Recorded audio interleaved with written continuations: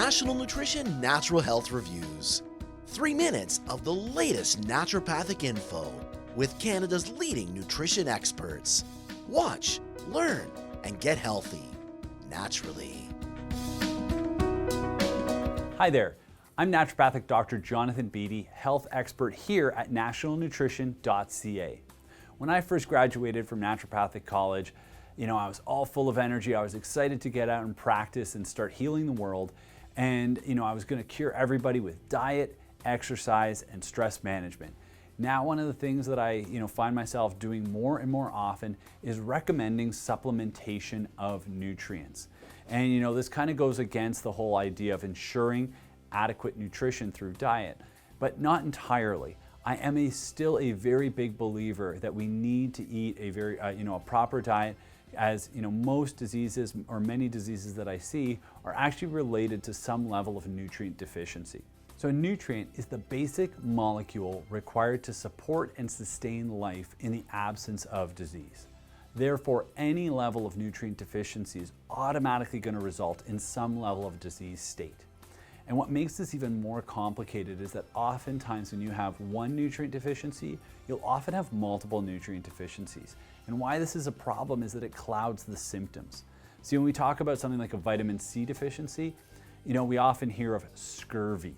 Scurvy is a very severe form of a vitamin C deficiency where your body can't properly produce collagen, and you get all sorts of, very significant symptoms like, your teeth falling out of your face. That's something you're not going to see clinically. Most people with a low-grade vitamin C deficiency, they're actually going to end up with, low-grade cardiovascular disease, trouble with the healing of their cardiovascular system. They're going to end up with things like difficulty concentrating and cognitive impairments. You're not going to see a scurvy very often.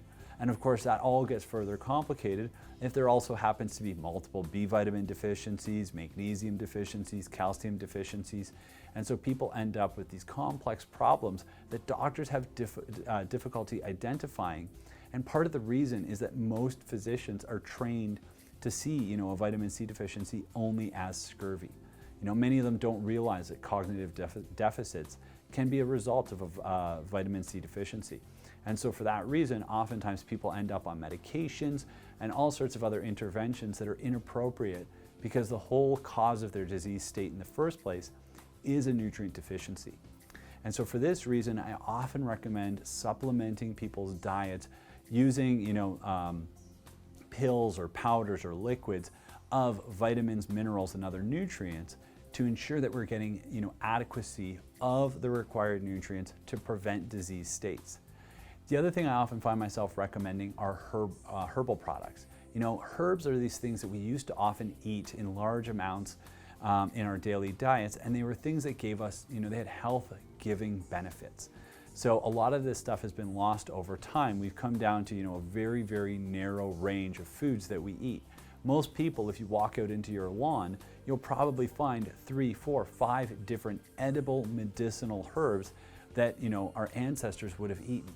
Dandelion is often sprayed as a weed now, when in actuality you can eat its root. It can be eaten raw, it could be roasted, and it's very beneficial for your liver.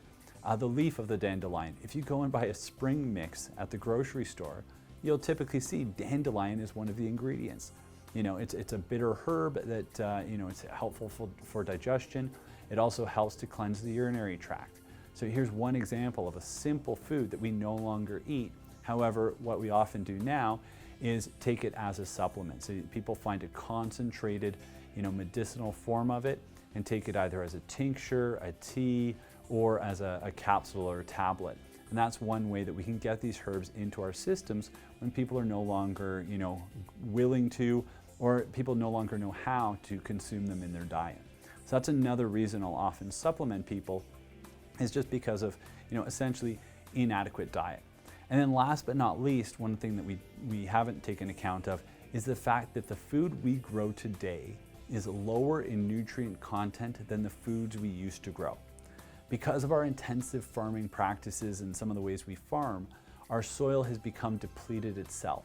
So the actual soil in which the food is growing is deficient. And we are what we eat. So if we eat a plant grown in a deficient environment, we are going to end up eating a deficient plant, and then we are going to become deficient ourselves. So therefore, supplementing with additional nutrients is one way to offset the deficiencies that we see in our environment. You know, especially in Canada, when the glaciers were up, our soils did not get iodine deposited into them. Therefore, a lot of the foods that are grown in Canada tend to be low in iodine, whereas if they were grown in a different part of the world, they would have adequate levels of iodine. And this just comes down to the fact that the soil was deficient in that nutrient. It's one of the reasons I often recommend the consumption of seaweed and seaweed products by my patients, because it's one good way to get that iodine into their system. Because of course seaweed is grown in the ocean, and that's one way that it's going to actually get iodine. It's going to grow in an environment that has adequate iodine for its needs, and ultimately then we're going to get adequate iodine for ours. So it's one of the reasons I'm a big fan of introducing some dietary nutritional supplements into your daily health program to just help offset any type of disease development. I always call a multivitamin a prophylaxis against not eating well. So it's just one way to ensure that every day your body's getting the nutrients that it requires to behave at its maximum health. So check out more of our natural health videos, subscribe, and if you have any questions or comments, please post them below. And always remember, knowledge is health.